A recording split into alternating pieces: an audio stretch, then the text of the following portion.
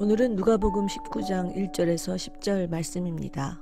어제 예수님이 거리에서 구걸하던 소경이 무리들 뒤에서 예수님을 소리소리 질러 부르자 돌아서 고쳐주고 구원하셨듯이 오늘은 세리장이요 부자인 삭개오 이야기입니다. 삭개오는 세리 중에서도 세리장이고 부자이며 키가 작은 사람이었습니다.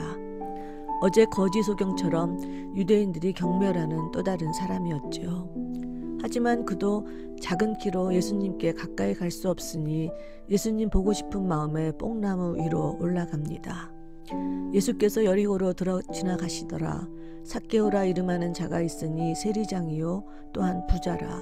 저가 예수께서 어떠한 사람인가 하여 보고자 하되 키가 작고 사람이 많아 할 수 없어 앞으로 달려가 보기 위하여 뽕나무에 올라가니 이는 예수께서 그리로 지나가시게 되밀어라.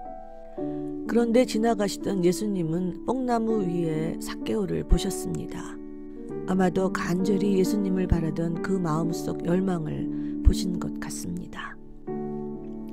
아마 거기 있던 그 누구보다 예수님을 간절히 바랐던 것 같습니다. 어쩌면 예수님을 따르던 무리들 중 어느 누구보다 제일 불행했던 사람이었는지도 모르지요.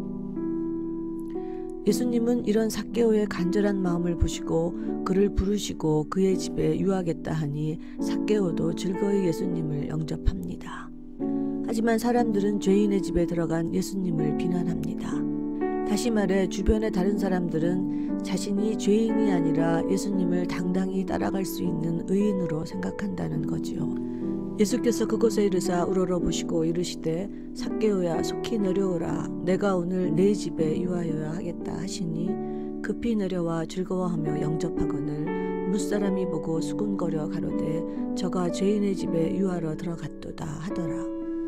예수님을 영접한 삭개오는 즉시로 자기 죄를 회개합니다.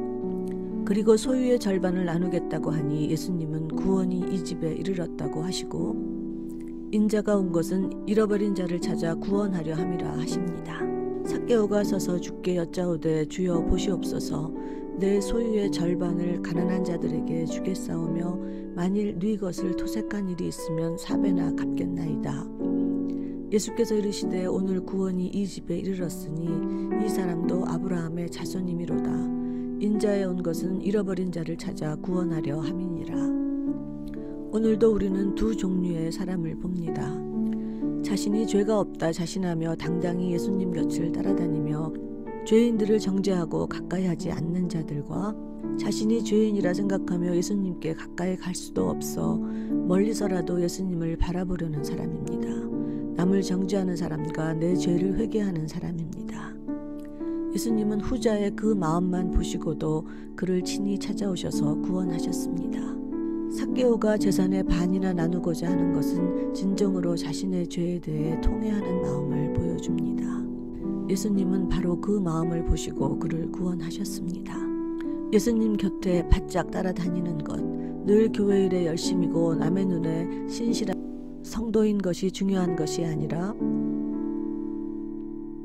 남을 정죄하는 교만이 있는지 내 죄를 뉘우치는 회개가 있는지가 중요합니다. 예수님은 회개하는 자를 돌아보시고 회개하는 자를 찾으십니다. 남의 죄를 보기 전에 먼저 내 죄를 봐야